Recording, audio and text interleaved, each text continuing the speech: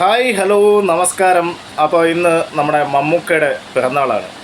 അപ്പോൾ മമ്മൂക്കയുടെ പിറന്നാളിന് ഈ വർഷം വലിയ ആഘോഷങ്ങളൊന്നുമില്ല. ഹേമ കമ്മിറ്റിയുടെ റിപ്പോർട്ടിന്മേൽ ആ ഒരു ചർച്ചയൊക്കെ നടക്കുന്നുണ്ട്. മമ്മൂക്കയുടെ ബർത്ത്ഡേ ആണെന്നുള്ള കാര്യം പലരും മറന്നുപോയ കണക്കാണ്. നമുക്കറിയാം, ഒരുപാട് സിനിമയുടെ തൻ്റെ കണ്ണ് കൊണ്ട് മറ്റുള്ളവരെ കരയിപ്പിക്കാൻ കഴിയുന്ന ഒരു അതുല്യ പ്രതിഭയാണ് നമ്മുടെ മമ്മൂക്കയായാലും ലാലേട്ടനായാലും നമ്മുടെ എന്താ പറയുന്നത്, മലയാളത്തിൻ്റെ സ്വത്താണ്, മുത്താണ് എന്ന് പറയേണ്ടി വരും. കാരണം ഇവർ രണ്ടുപേരും നമുക്ക് തന്നത് നല്ല കുറേ ഓർമ്മകളാണ്, നല്ല ഒരു ബാല്യമാണ്. ഇവരെ അനുകൂലിച്ചുമൊക്കെ നമ്മൾ ഒരുപാട് ഫൈറ്റൊക്കെ ചെയ്തിട്ടുണ്ട്. സോ നമുക്ക് ലാലേട്ടൻ മമ്മൂക്കയ്ക്ക് കൊടുക്കുന്നൊരു ബർത്ത്ഡേ ഗിഫ്റ്റ് എന്നുള്ള രീതിയിൽ ഒരു സന്ദേശം കേൾക്കാം. ഞാൻ മോഹൻലാൽ. മമ്മൂക്കയുടെ പിറന്നാൾ പതിപ്പിൽ ഒരു കുറിപ്പ് വേണമെന്ന് പറഞ്ഞപ്പോൾ ഞാൻ എഴുതിയ കുറിപ്പാണ്. പെട്ടെന്ന് മനസ്സിൽ വന്ന ചെറിയ കാര്യങ്ങൾ. ദുൽഖർ സൽമാൻ ജനിച്ച കാലത്ത് മമ്മൂക്കയ്ക്ക് ചെന്നൈയിൽ നിന്ന് തിരിയാൻ സമയമില്ലാത്ത അത്ര തിരക്കുള്ള കാലമാണ്. സെറ്റിൽ നിന്നും സെറ്റിലേക്കുള്ള യാത്രകൾ ഇന്നത്തെ പോലെയല്ല അന്ന് സിനിമ. പലപ്പോഴും മാസത്തിൽ ഒരിക്കൽ നാട്ടിലെത്തുക തന്നെ പ്രയാസം. ഒരിക്കൽ രാത്രി കൊച്ചിയിലെ വീട്ടിലെത്തി രാവിലെ ചെന്നൈയിലേക്ക് തിരിച്ചുപോയി.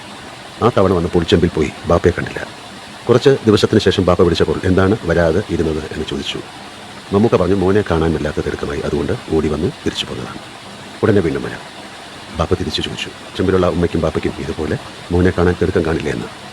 ഇത് മമ്മൂക്ക തന്നെ പറഞ്ഞതാണ്. ഇത് വല്ലാത്തൊരു വാത്സല്യമാണ്. അത് അനുഭവിക്കാനും അതേ അർത്ഥത്തിൽ ജീവിതത്തിൽ പകർത്താനും കഴിയുന്നത് അതിലും വലിയ ഭാഗ്യം.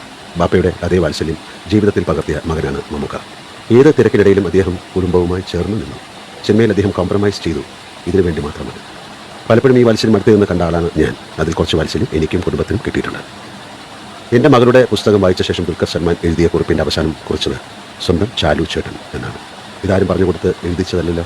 എൻ്റെ മകളെ സ്വന്തം അനിയത്തിയായി ഇപ്പോഴും അവർക്ക് തോന്നുന്നു എന്നത് മമ്മൂക്ക പകർന്നു നൽകിയ വാത്സല്യത്തിൻ്റെ തുടർച്ചയാണ്. അത് ഞങ്ങളുടെ കുട്ടികളിലേക്കും എത്തിയിരുന്നു. പ്രണവും ദുൽഖറുമെല്ലാം അടുത്തറിയുന്നു എന്നതിലും വലിയ സന്തോഷമുണ്ട്.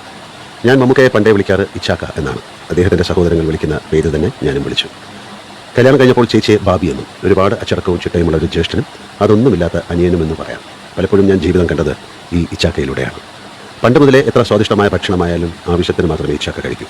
ആര് നിർബന്ധിച്ചാലും വേണ്ടാത്തത് കഴിക്കില്ല. കൂടെയുള്ള ഞാൻ സ്നേഹപൂർവ്വം നിർബന്ധിച്ചാൽ അളവില്ലാതെ എന്തും കഴിക്കും. ഒരിക്കൽ പോലും എന്നെ ഉപദേശിച്ചിട്ട് കാര്യമില്ലെന്ന് തോന്നിക്കാണും.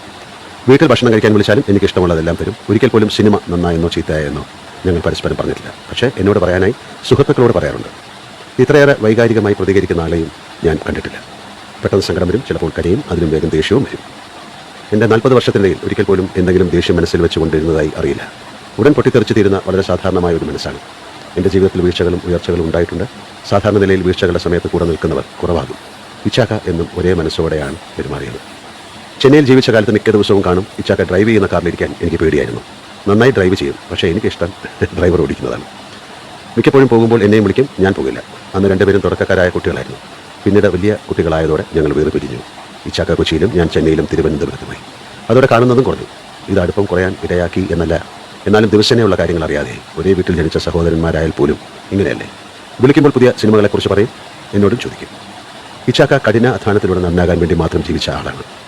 ഓരോ നിമിഷവും കഠിനാധ്വാനം ചെയ്യുന്നു. ഞാൻ സൗഹൃദങ്ങളിലൂടെ നടനായി പോയ ഒരാളാണ്. ഞാൻ അറിയാതെ ഇവിടെ എത്തിപ്പെട്ടവരാണ്. എനിക്കിപ്പോഴും മമ്മൂട്ടി എന്ന നടൻ്റെ ജീവിതവും അഭിനയവും അത്ഭുതമാണ്. സിനിമകൾ കണ്ടും പഠിച്ചും ജീവിക്കുന്നവരാണ്.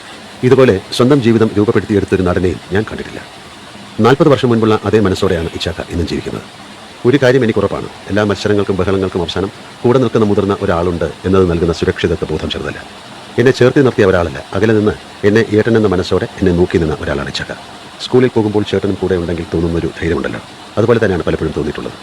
നിറഞ്ഞ് തുളുമ്പി പോകാതെ 50 വർഷത്തോളം നിറവോടെ കലാരംഗത്ത് നിൽക്കുക എന്നത് ചെറിയ കാര്യമല്ല. ചിട്ടയോടെ ജീവിതവും സിനിമയും കുടുംബവുമെല്ലാം ഇച്ചാക്ക കെട്ടിപ്പടുത്തു. അതേ പാഠം തന്നെ കുട്ടികൾക്കും നൽകി. ഇച്ചാക്കയുടെ ഏറ്റവും വലിയ ഹിറ്റ് സിനിമ കുടുംബമാണെന്ന് പറയാറുണ്ട്. ഇന്നും കുറച്ച് മാറി ആ വാത്സല്യത്തിൻ്റെ തണലിൽ നിൽക്കാൻ ആഗ്രഹിക്കുന്നൊരു അനുജൻ മാത്രമാണ് ഞാൻ. നാളെ ഞാൻ എന്താകുമെന്ന് എനിക്കറിയില്ല. ഇത് തന്നെയാണോ എൻ്റെ നിയോഗം എന്നും എനിക്കറിയില്ല. പക്ഷേ ഇച്ചാക്കയുടെ നിയോഗം ഒന്ന് മാത്രമാണ്, നടൻ നടൻ നടൻ. നാളെയും അതിനപ്പുറവും അത് മാത്രമായും എൻ്റെ ഇച്ഛ.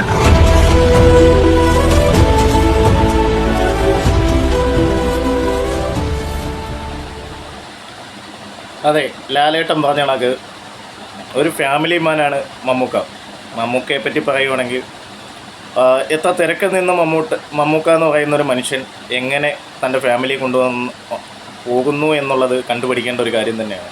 പുള്ളിയുടെ ആ ഒരു ഇമ്പോർട്ടൻറ്റ് ബാപ്പയായിട്ടുള്ള അടുപ്പം ഇതെല്ലാം ലാലേട്ടനോളം മനസ്സിലാക്കാൻ പറ്റുന്ന ഒരാളുണ്ടോ ഇല്ലയെന്നും സംശയമാണ്. അപ്പം ലാലേട്ടനായാലും മമ്മൂക്കയായാലും നമ്മുടെ മണിമുത്തുകളാണ്, മണിമുത്തുകളല്ല മുത്തുകളാണ്, സ്വത്തുക്കളാണ്, അങ്ങനെ തന്നെ പറയേണ്ടി വരും. കാര്യം നമ്മൾ എത്ര സന്ദേശം കൊടുത്താലും അതിലും എത്രയോ മുകളിലാണ് ലാലേട്ടൻ മമ്മൂക്കയ്ക്ക് കൊടുക്കുന്ന ഈ സന്ദേശമെന്ന് ഞാൻ കരുതുന്നു. പലർക്കും പല അഭിപ്രായങ്ങൾ കാണും. അതുപോലെ തന്നെ എന്താ പറയുന്നത്, പ്രായമല്ല മനുഷ്യൻ്റെ മനസ്സാണ് ശരിക്കും സൗന്ദര്യമെന്ന് തെളിയിച്ച ഒരാളാണ് മമ്മൂക്ക. ഇതിനെപ്പറ്റി നിങ്ങളുടെ അഭിപ്രായങ്ങൾ നിങ്ങൾക്ക് കമൻറ്റ് ബോക്സിൽ രേഖപ്പെടുത്താം. അതേ കണക്ക് ആശംസകളും രേഖപ്പെടുത്താം. Thank you all. Thank you for watching. By.